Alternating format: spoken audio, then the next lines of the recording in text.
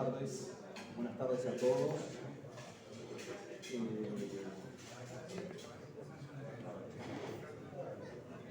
Tenemos 25 minutos para terminar puntual. Lo que se pueda decir se dice y lo que no quedará para otra charla, pero no vamos a hablar los conceptos. No sé si se escucha bien. Pero bueno, como ustedes ven, el título de la charla de hoy surge por lo siguiente. Hoy estamos en un escenario mundial, internacional, donde todo el sistema multilateral de organismos es cuestionado. Desde los propios organismos internacionales hasta... ¿Se escucha bien? Perdón. ¿Sí? Hasta las sociedades, los gobiernos critican el sistema multilateral. Hablamos de Naciones Unidas, hablamos de la Organización Mundial de Comercio, hablamos de la Organización Mundial de Salud, hablamos de otros organismos que ya casi que tenemos olvidados, como la CEPAL de América Latina, o la LADI, que prácticamente no se menciona. Y bueno, uno a veces duda si qué es peor, si criticar a un organismo internacional y intentar mejorarlo o olvidarlo por completo, como pasa en algunas ocasiones. La OIT no escapa a estos cuestionamientos y en el mes de junio se reunió la Conferencia Internacional del Trabajo, que es el órgano máximo de la OIT. 2.000 personas trabajan en distintas comisiones con distintos fines. Y bueno, nos preguntamos, ¿es importante la OIT en el contexto internacional de hoy para sus países? ¿Está vigente hoy la OIT? Y como ven, el título no tiene signos de interrogación, sino estoy hablando desde un lugar en el que valoro la OIT y creo que está vigente. Entonces, por eso el motivo de la charla de hoy. Regresamos de la OIT en el mes de junio y Washington Corallo nos invita a dar algún panorama de qué es la OIT, qué no es la OIT, y un panorama desde un punto de vista como si fuese impresiones y opiniones personales. Acá hay abogados, hay juristas, hay jueces. Esto no es una posición jurídica, no es una posición histórica, es solamente algunas impresiones de qué está sucediendo hoy en la OIT y de su historia y de su actualidad. Entonces, para empezar, agradecemos al Rotary Club del Uruguay, que dicho sea de paso, es más viejo que la OIT. La OIT se funda en 1919, el Rotary Club de Montevideo es más antiguo, y ni que hablar la Parvadomus, que ya tenía 40, 50 años cuando se funda la OIT. Entonces, un agradecimiento a ambas instituciones y dos aclaraciones previas. Yo participo en la OIT como delegado de la Cámara de Industrias del Uruguay, pero estos comentarios que voy a hacer aquí hoy son 100% personales, no involucran para nada a la institución a la cual represento en la OIT y en la cual trabajo al día de hoy. Y la información acá brindada, o lo que voy a comentar, es público. Cualquiera que acceda a la página web de la OIT, que es muy compleja en algunas cosas, pero tiene absolutamente todo lo que yo puedo decir aquí, que puede parecer reservado, no, es todo absolutamente público, así que por ese lado no hay nada que quede librado al secreto. Y bueno, hoy estamos aquí en la Parvadomus. La verdad que hoy escuchamos en este panel varios fogonazos de sabiduría. El Rotary está para servir, uno es feliz cuando hace feliz a los demás. El nombre mismo de la Parvadomus es un nombre lleno de sabiduría. Sus fundadores fueron tocados por una pequeña luz, Parvadomus magna pis, disculpen la pronunciación, pero es una pequeña luz de sabiduría en latín. Y la OIT también tiene su lema.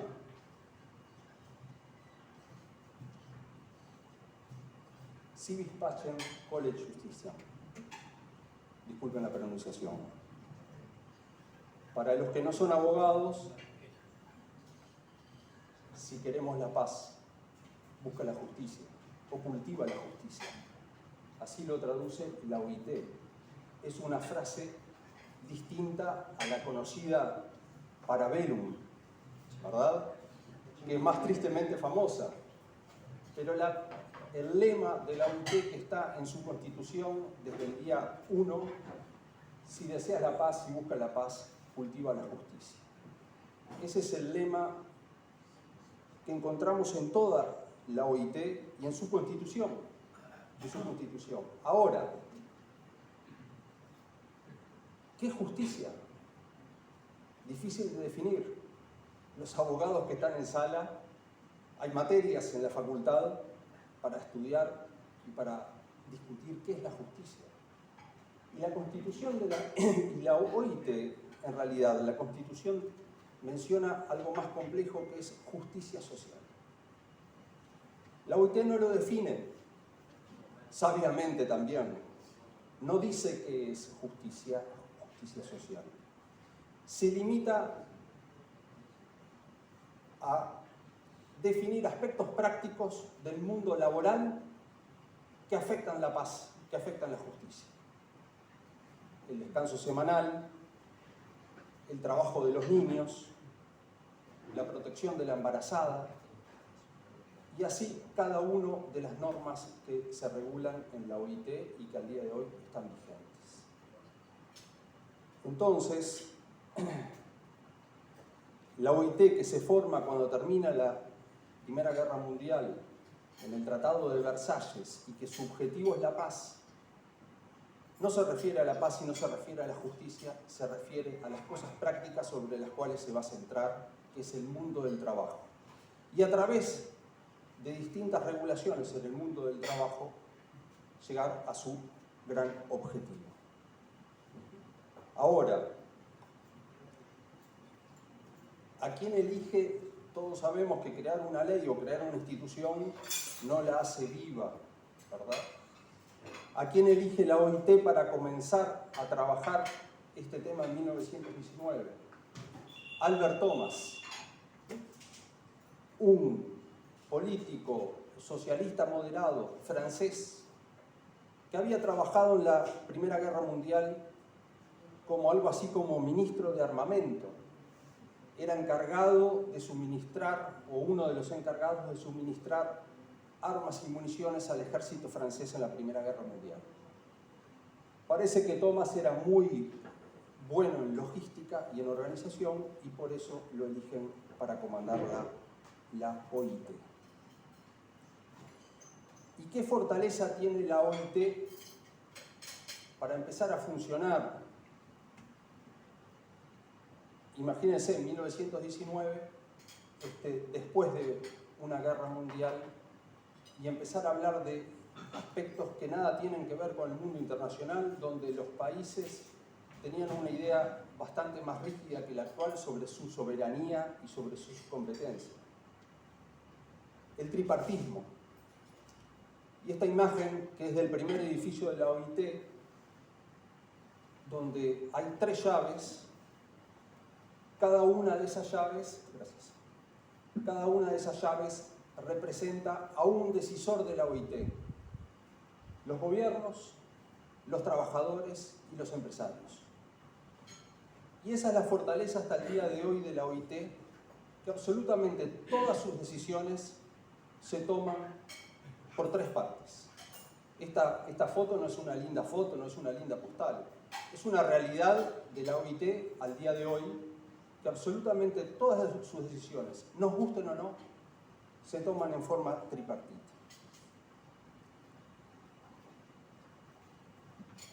Y ya en 1919-1920, Albert Thomas consideraba, como bien hombre previsor, que la OIT no era un lugar para dar lindos discursos y que no alcanzaba con aprobar convenios internacionales del trabajo para que se efectivicen sus derechos. Entonces él, que se murió joven, a los 50 años más o menos, empieza una recorrida por todo el mundo, incluso visita nuestro país, visita Argentina, Chile, Uruguay. Y allí Uruguay, que tiene una vinculación muy importante con la OIT filosóficamente y en la práctica, desde siempre, ya ahí es protagonista. En el diario de Albert Thomas, cuando visita la región, parece que en Uruguay le gritan traidor. Y él pone en su diario, lamentablemente, me han gritado traidor, lamentablemente no tuve oportunidad de defenderme, de explicar. Porque Thomas era un socialista moderado, aparentemente, según la información que hemos podido acceder. Y en Uruguay, ¿quiénes le gritaron traidor? En ese momento el sector sindical estaba muy marcado, los anarquistas con quienes no eran anarquistas. Y aparentemente fue un grupo de anarquistas que le dice eso a Albert Thomas. Queda en su diario. La cuestión que hace un trabajo local de concientizar a gobiernos, a trabajadores y a empresarios. Y aparte en esa época la OIT, con su naturaleza tripartita, pero era algo difícil de cumplir por todos los países miembros. Uruguay, por ejemplo, envió su primer delegación tripartita a la OIT en 1926. Allí ya había una delegación de la Cámara, un delegado de la Cámara de Industrias del Uruguay. Pero su primer delegación tripartita fue en 1926. Desde 1919 iba solamente un delegado de gobierno. Y a Uruguay ya lo observaban allí. No, señor, usted tiene que mandar a toda su delegación completa. Ahora, allí tenemos una foto de una de las reuniones de la OIT. Imagínense 2.000 delegados. Hay simultáneamente múltiples comisiones de trabajo, comisiones normativas, comisiones para las finanzas, comisiones de poderes, para recibir las quejas, las denuncias. Y esa es una reunión típica de la OIT. A la derecha se sientan los delegados empresariales, en el medio los gobiernos y a la izquierda los delegados trabajadores. Todas sus decisiones se adoptan por votación, donde es válido el voto de las tres partes, o por consenso. Ese consenso no es unanimidad, es, quizá acá en la práctica del Rotary existe, es no plantear objeciones. Y así funciona hasta el día de hoy la OIT.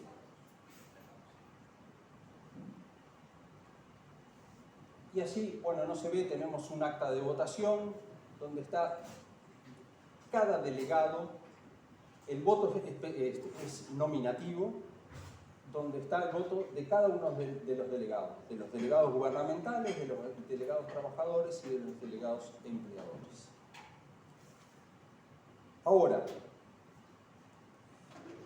los grandes roles que tiene actualmente la OIT, y básicamente un rol normativo de creación de normas y un rol de control si efectivamente se están aplicando esas normas.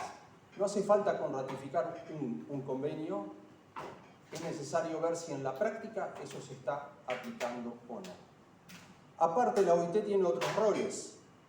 Investigación, es una institución gran generadora de conocimiento y de difusión de sus propias normas. Ahora, un paréntesis.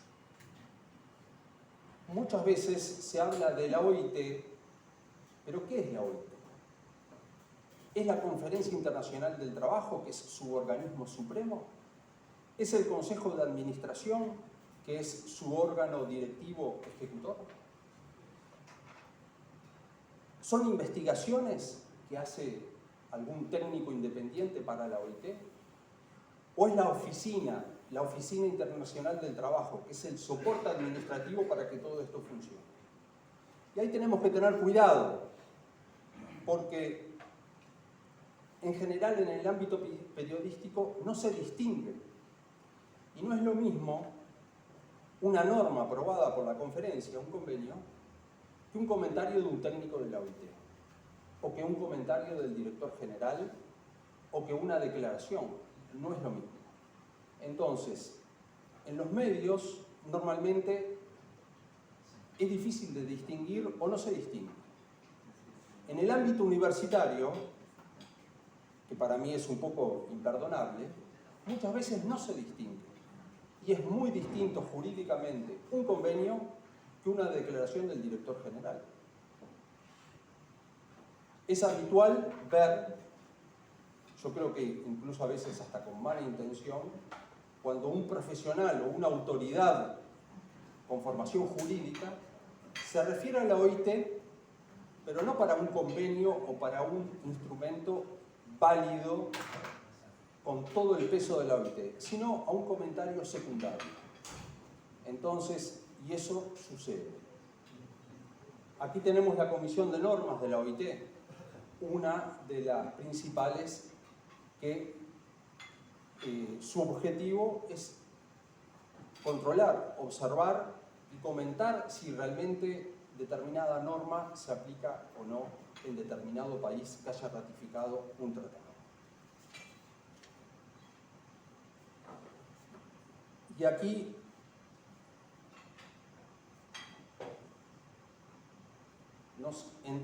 profundizamos en el rol de la Comisión de Normas, el rol del control. Hoy día se seleccionan 40 casos de todo el mundo de acuerdo al tipo de convenio vulnerado y de acuerdo a las regiones. Se busca un equilibrio entre las regiones y los tipos de derechos vulnerados en la OIT para su análisis en la comisión. De allí se seleccionan 20 casos que son los que se tratan en la conferencia. Esa comisión tripartita selecciona 24 casos. ¿Cómo se seleccionan estos casos? Por un delegado empleador y por un delegado trabajador. No intervienen los gobiernos. Imagínense la presión que deben tener esos delegados que andan con pie de plomo para seleccionar un país y no otro que se trate en el seno de la conferencia. Allí estuvo Uruguay, por la queja empresarial que en su momento se había presentado por las ocupaciones de los lugares de trabajo y demás. Y allí la Comisión de Normas dio su conclusión, que como dije al principio, se toman por consenso, sin observaciones. ¿Eso qué quiere decir? Que los delegados trabajadores al analizar un caso no plantearon observaciones, los delegados empleadores tampoco y los gobiernos tampoco. Así se resolvieron todos los casos de Uruguay cuando se trataron en esta comisión, algo que normalmente no es dicho y era muchas veces criticado. ¿Y qué se dice? En bellos discursos como decía Albert Thomas en 1919, no, nada de bellos discursos. Y acá puse unos ejemplos, que está en la lista, para el que le interese, es muy interesante ver la lista de las conclusiones. Se trata, por ejemplo, el convenio sobre las peores formas de trabajo infantil en el Chad. Y ahí que se dice, la gravedad del reclutamiento y la utilización de niños en conflictos armados. y se le pide al Chad que modifique el Código Penal. O Ecuador, sobre el derecho de negociación colectiva, que violó el convenio. Y aquí, ¿qué dice Ecuador? ¿Qué se le dice a Ecuador? Entre varias cosas, que atienda la discriminación antisindical, que no es solo de los trabajadores, es también de los empresarios. Algo que nunca se imaginó la OIT cuando, en su época de fundación y en sus primeros años, que iba a atender casos de violación de derechos empresariales. Y eso es cada vez más utilizado por los propios empresarios. La situación de Ecuador, o la situación de, Irán, El Salvador, donde tanto los derechos de los sindicatos como los derechos de las cámaras empresariales y los empresarios están siendo afectados. Y acá no se dice nada, no se anda con medias tintas. Si vamos a Irán, tampoco. Fíjense, a Irán se le pide que inicie acciones legislativas previa consulta con los interlocutores sociales, que son los trabajadores y los empresarios, teniendo en cuenta las recomendaciones que ya hizo la OIT. ¿Por qué? Porque hay un proyecto de ley, ni siquiera ley, en el Parlamento, que se titula "Para apoyar la familia mediante la promoción de la cultura de la castidad y el hijab", que es un proyecto de ley que afecta al convenio sobre la discriminación. Y así tenemos varios de estos convenios. Varios de estos casos concretos, ya les digo, 24. Uruguay estuvo allí, en esa lista.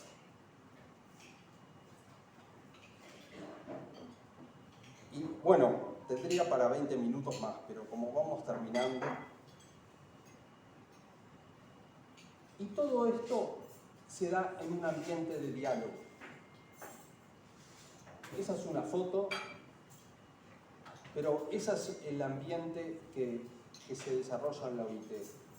Trabajadores, empresarios, gobiernos. Uno no sabe quién es el trabajador y quién es el empresario, no lo sabe. Están todos allí por 2 semanas dialogando, ya sea sobre un convenio, sobre un caso que se analiza en la Comisión de Normas o sobre una declaración. Otro aspecto importante, y ya termino, de la OIT, es algo muy criticado, que son los discursos. Los famosos discursos en la OIT. Y hay que ser sincero con esto. Muchas veces son ante una sala vacía. Vacía de verdad. Está solamente el representante del país y 2 o 3 valientes más. ¿Es importante esto? Sin duda que sí. Porque a veces uno escucha a los ministerios de trabajo, que en general hablan los ministros, y hablan de las bondades de su país y de todo lo que está haciendo de bueno el gobierno. Escucha a los trabajadores, que siempre se quejan, por norma. Escucha a los empresarios, que a veces dan un discurso neutro, a veces un poco más fuerte. Pero supongamos que están todos los discursos de América Latina. A veces, por uno solo o 2 solo de esos discursos donde se denuncia una situación grave, vale la pena este ámbito de poder hablar, de tener un foro donde poder hablar en libertad. Y también ahí uno ve, por ejemplo, no voy a decir el país, pero un país caribeño, este año tuvo un discurso, el delegado empresarial tuvo un discurso sumamente correcto. Y yo le pregunto, ¿pero qué pasó?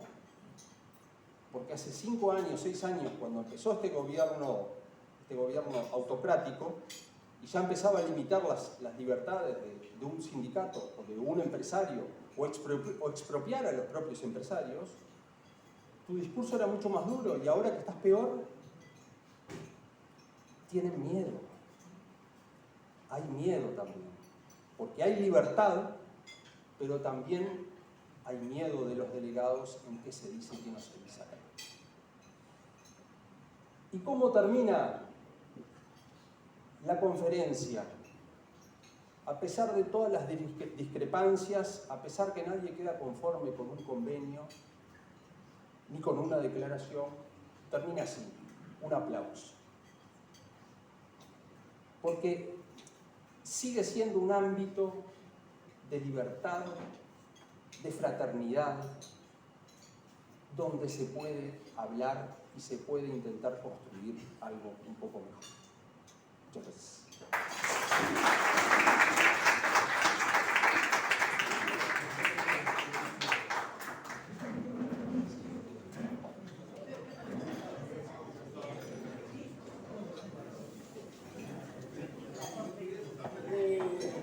Estimados amigos, al agradecerle al orador esta disertación tan interesante, queremos pedirles a ustedes la brevedad de 2 preguntas para poder cerrar en tiempo la reunión de hoy. Los que tengan interés en hacer una pregunta, Ramón. ¿Qué se resolvió al final sobre las ocupaciones?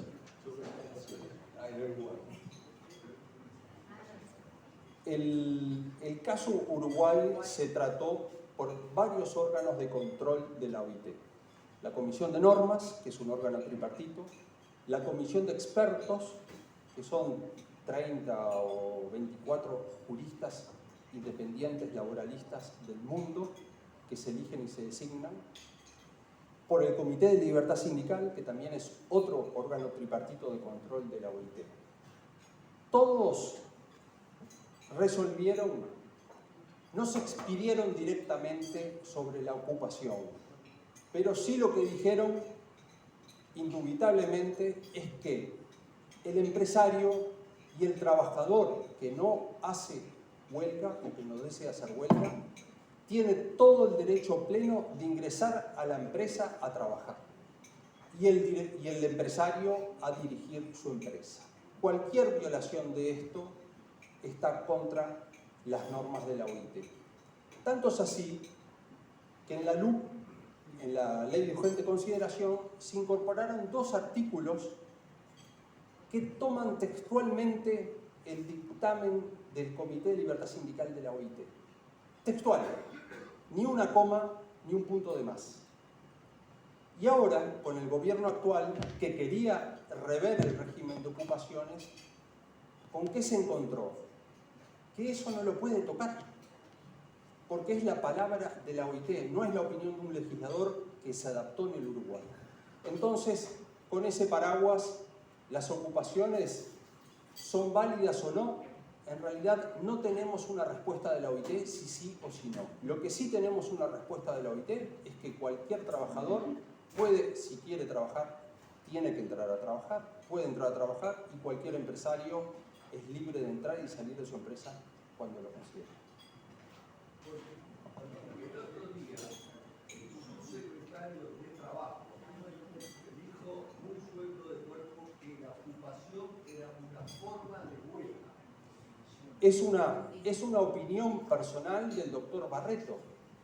Yo diría que tan conflictiva como cualquier otra opinión del doctor Barreto, al cual aprecio mucho, pero creo que discrepamos con el 100% de las cosas que dice. Sí, Pelayo, una pregunta muy fácil también. Si no me equivoco, Uruguay es el segundo país del mundo que tiene más convenios firmados con la OIT. Los 190 y pico de convenios que hay tenemos como refrendados 170 y pico.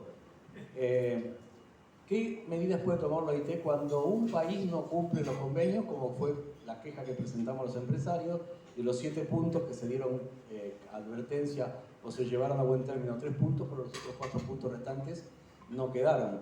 Obviamente, lo que decía Barreto es que la ocupación es una extensión del derecho de huelga, y cuando estuvo hace 10 años el presidente de la OIT acá, dijo públicamente que la ocupación no era una extensión del derecho de huelga. Perdón, Washington, ¿cuál es la pregunta? Si es verdad que tenemos esa cantidad de convenios y qué medidas puede tomar la OIT si no se cumplen. Bueno, es verdad que la OIT no tiene el peso de... la fuerza no tiene el imperio de la fuerza para aplicar un derecho. Pero en países como el Uruguay, que es absolutamente seguidor históricamente de la OIT, yo creo que la vergüenza internacional pesa más que cualquier otra medida coercitiva. Uruguay estuvo sentado 2 veces en la Comisión de Normas, que no es un banquillo de acusados, pero casi. Porque ahí reciben los comentarios de cualquier delegado empresarial del mundo, de cualquier otro gobierno que no tenga la misma política que el Uruguay, o de cualquier otro trabajador. Entonces, está expuesto un poco al mundo recibir comentarios, y los recibió. ¿La famosa lista negra? La famosa lista negra, que nadie le gusta llamarla lista negra, pero guste o no, el ministro de Trabajo está sentado y tiene que rendir cuentas, y todos los demás delegados, los 400 delegados que participan en la Comisión de Normas, lo pueden increpar, le pueden preguntar y pueden decir que está mal lo que está diciendo. Y eso es lo que sucede. En el caso de Uruguay, eso fue efectivo, y en el de otros países también. Y eso fue efectivo porque, más allá que cambiar esa ley costó 10, 14 años de trabajo. Hay que decir lo siguiente: para aprobar esa ley también hubo previamente 20 años, 15 años de trabajo. Fue lo que llevó a aprobar esa ley.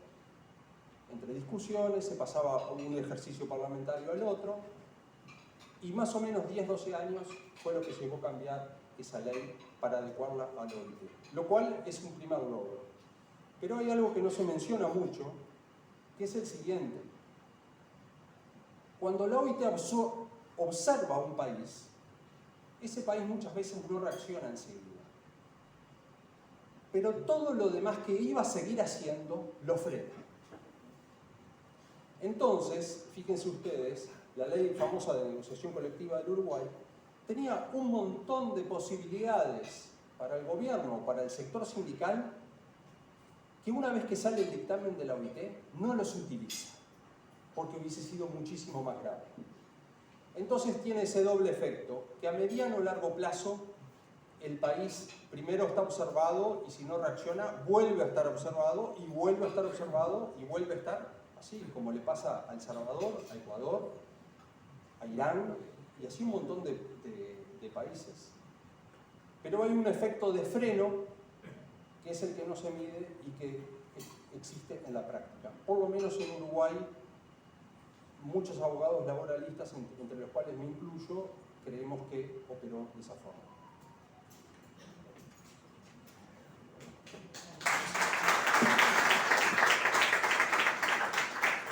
Agradecerle al doctor Pelayo Scrivini esta fantástica disertación que hemos disfrutado, que ha jerarquizado el Rotary, y agradecerle también al comité de oradores que aporta personas calificadas de esta calidad. Le hacemos entrega al doctor Scrivini una constancia de su presencia aquí en nuestro Rotary, con la expectativa de que pronto podamos tener de vuelta su presencia aquí.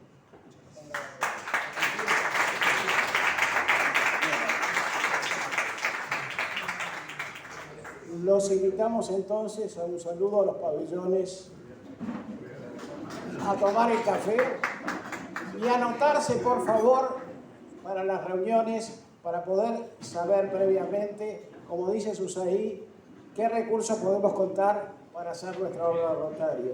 Así que, gracias a todos.